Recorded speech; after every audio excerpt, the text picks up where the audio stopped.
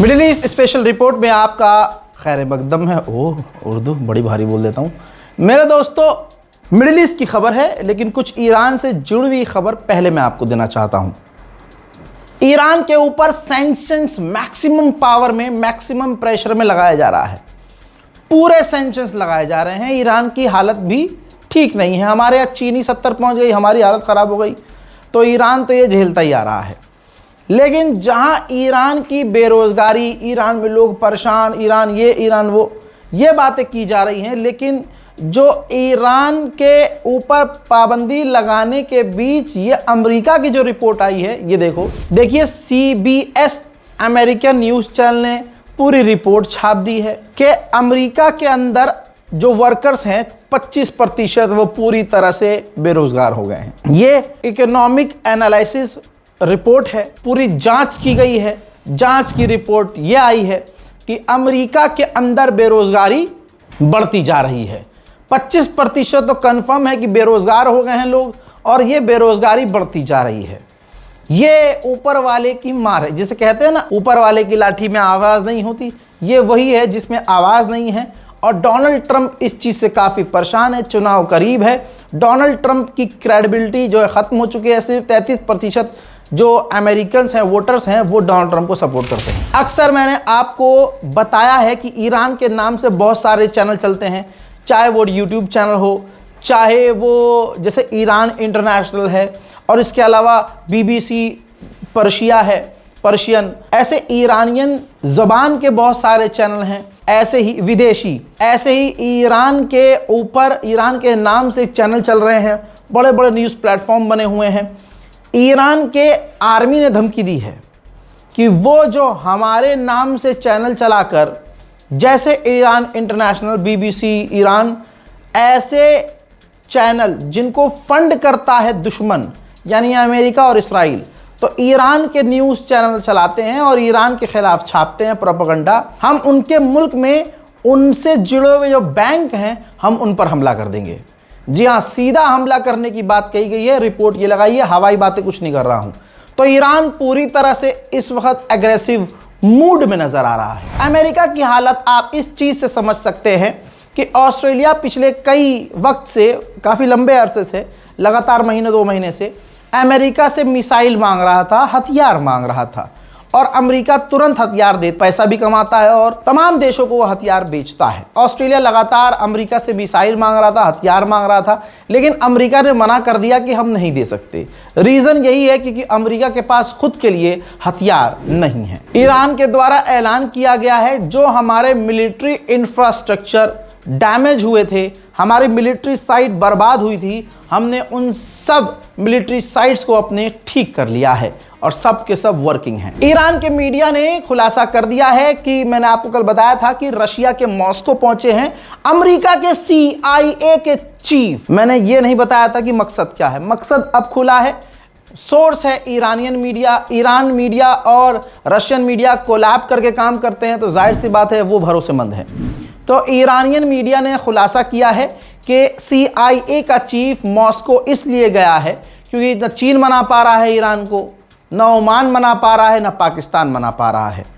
तो रशिया के Vladimir Putin से काफ़ी अच्छे रिश्ते हैं, बहुत अच्छे रिश्ते हैं ईरान के।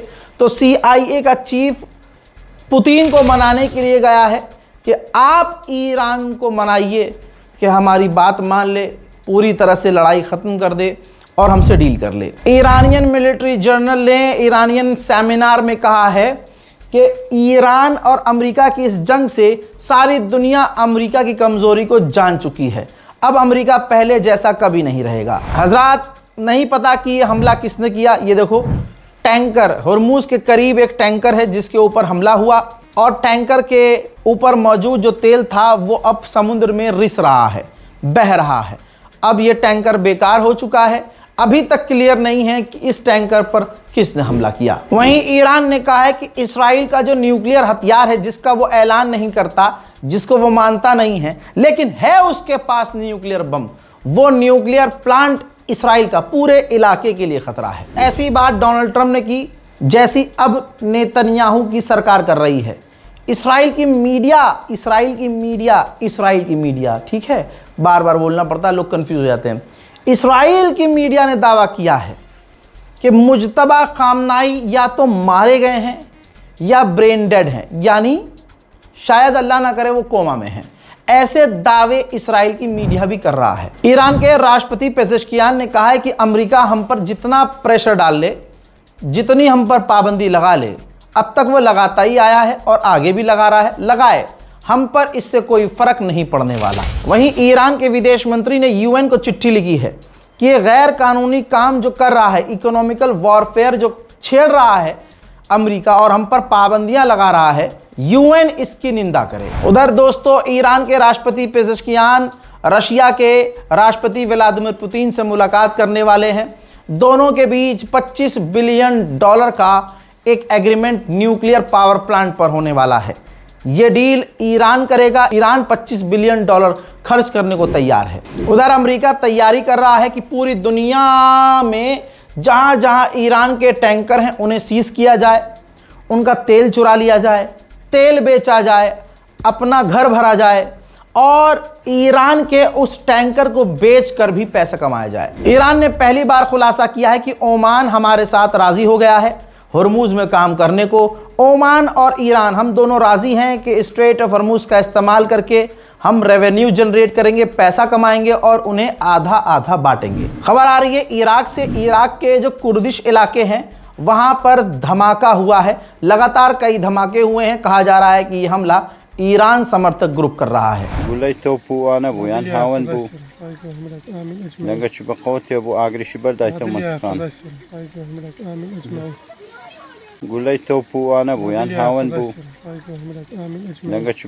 उधर सऊदी अरब की अरामको कंपनी एशिया में सबसे ज़्यादा तेल बेच रही है और एशिया में चाइना को सबसे ज़्यादा सऊदी अरब तेल बेच रहा है ताकि चीन ईरान से तेल न ले।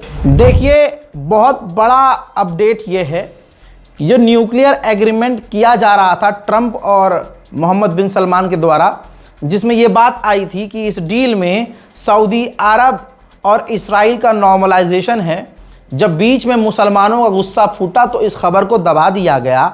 आज डोनाल्ड ट्रंप ने बताया कि हमने पूरा 30 साल का एग्रीमेंट जो सऊदी अरब के साथ करना है, जिस डील में सऊदी का इसराइल से नॉर्मलाइजेशन भी है, हमने वो पूरा जो एग्रीमेंट है बनाकर अपने कांग्रेस में यानी अपने पार्लियामेंट में अप्रूवल के लिए भेज दिया है। यानी सऊदी नहीं भेजा है, अभी कांग्रेस यानी अमेरिका की जो कैबिनेट है, जब वो अप्रूवल देगी तब सऊदी अरब से डील होगी। उधर मेरे दोस्तों, हूथीज ने यमन के अल मोखा पोर्ट पर मिसाइल लॉन्च की है। हजरात, यमन की सरकार का जो प्रधानमंत्री है वो और ब्रिटेन के प्रधानमंत्री वो, उन दोनों ने आपस में हूथीज के खिलाफ फोन पर बात की है। मीम बनाया जा रहा है अरब मीडिया में, इंडियन मीडिया में, कि ईद उल मिलादुन नबी के दौरान वहाँ जो ईद उल मिलादुन नबी हूथी यमन के अंदर मनाया गया है तो उसमें चेकिंग हो रही है। ये देखिए, चेकिंग हो रही है। तो चेक क्या कर रहे हैं? हथियार टंगा हुआ है, बंदूक की गोलियां जेब में पड़ी हुई हैं, और हर इंसान हूथी का हथियार बंद है। तो चेक क्या कर रहे हैं? मैं आपको बता देता हूँ, ये विस्फोटक चेक कर रहे हैं कि आत्मघाती हमला, यानी ख़ुद को ऐसा अरब में होता है, ख़ासकर हूथीज़ में, कि दूसरे विरोधी जो है उनके भेष में घुसते हैं, बम लगाकर घुसते हैं और अपने आप को उड़ा देते हैं। तो ये वो चेक किया जा रहा है। यमन में हथियार रखना बहुत बड़ी बात नहीं है। उधर इजराइल ने रोज़ की तरह लेबनान पर बड़े हमले किए हैं।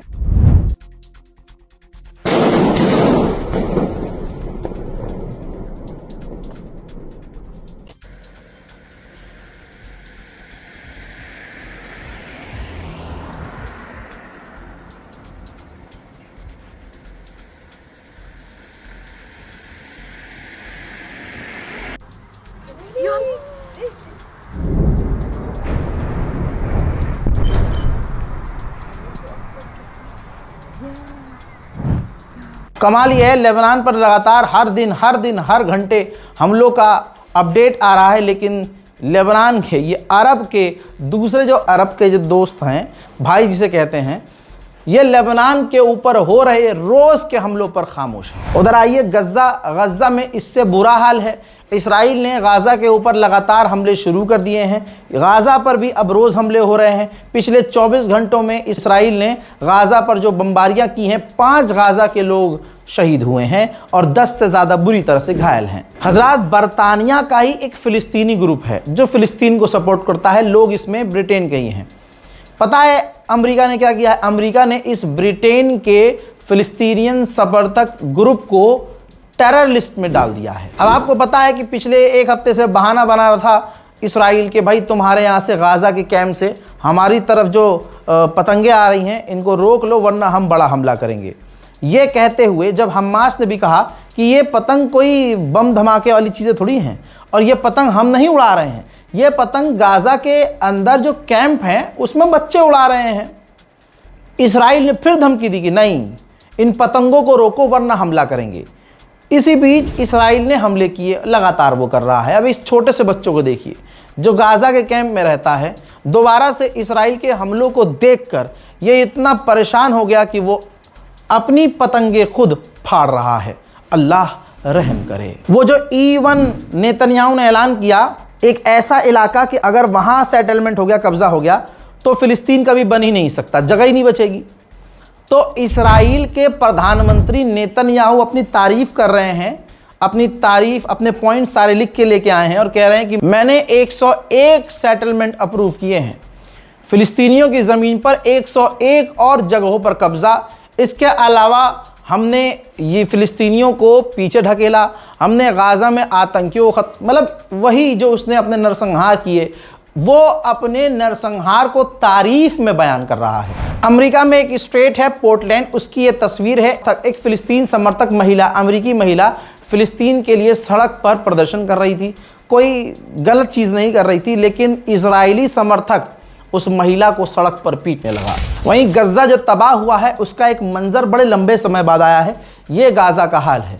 इसराइल अभी भी गाज़ा के अंदर तोड़फोड़ कर रहा है, बचे कुचे मकानों को चूर चूर कर रहा है। हजरात, इसराइल ने जब से ये जंग शुरू की, जब से उसने नरसंहार किया है, 21,500 सिर्फ बच्चों को ही कत्ल कर चुका है। 1,244 मस्जिदों को शहीद कर चुका है। फिलिस्तीन के वेस्ट बैंक में एक कैथोलिक चर्च की जो नन है वो जा रही थी, इसराइल का एक व्यक्ति पीछे से धक्का देता है उनको और उन पर हमला कर देता है। गिरफ्तारी होती है इस व्यक्ति की और इजराइल तो इजराइल है और इजराइल की कोर्ट भाई जज ने कहा कि ये जो यहूदी व्यक्ति था, लड़का, ये मेंटली इल है, ये कहते हुए उसे रिहा कर दिया। हज़रात, आप समझ सकते हैं कि गाज़ा में क्या क्या प्रॉब्लम है। ये वही डिटेल है, अकाउंट डिटेल। अगर आप चाहते हैं, जैसा मैं आपसे रोज़ अपील कर रहा हूं कि अगर आप चाहते हैं, क्योंकि पहले की बात अलग थी, पहले लोग हेल्प कर भी रहे थे, अब इतनी ज़्यादा मदद नहीं आ रही है, या कहें कि गाज़ा अब इतना हाईलाइट नहीं है उनकी नज़रों में। सो आपसे यही अपील है कि आप अगर मदद करने की चाहत रखते हैं, वो तो दिल में आती है बात, तो आप मदद कर सकते हैं। इस रिपोर्ट को शेयर कीजिए, अपनी राय कमेंट में लिखिए, दुआओं में याद रखिए, चैनल को सब्सक्राइब कीजिए। जय हिंद।